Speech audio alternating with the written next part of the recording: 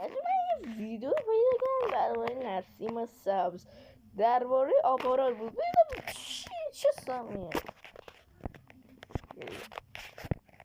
ویگنا میوه میخورن، سبزی و دونه میخورن، اما گوشخوارا چی میخورن؟ لاشه میخورن، حیوان مرده جسد میخورن. مرسی از خانم نسیم عزیز با این تبلیغ زیباشون. آدم میخورم بعد یعنی چی؟ آدم خوره؟ یعنی بعد ازشون تو اصلا مخم هنگ یعنی چی؟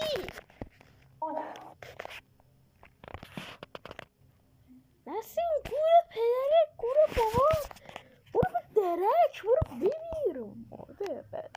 بدبخت خدا بیوم برو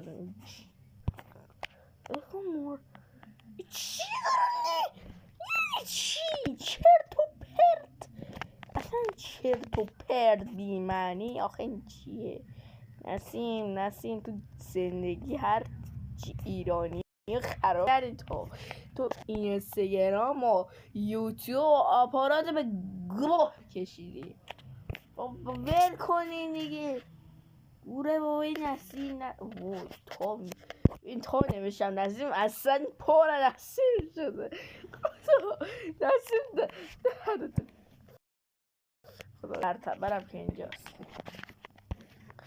خدایا چی میبینن؟ یا خدا چی دستی تو این چه ویدئویی که تو میذاری؟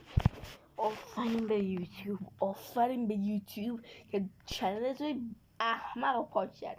خب خر نکبت کسافت و مجبور همچون ویدئو چرت و پرت بی معنی اینقدر چجوری خیلی کس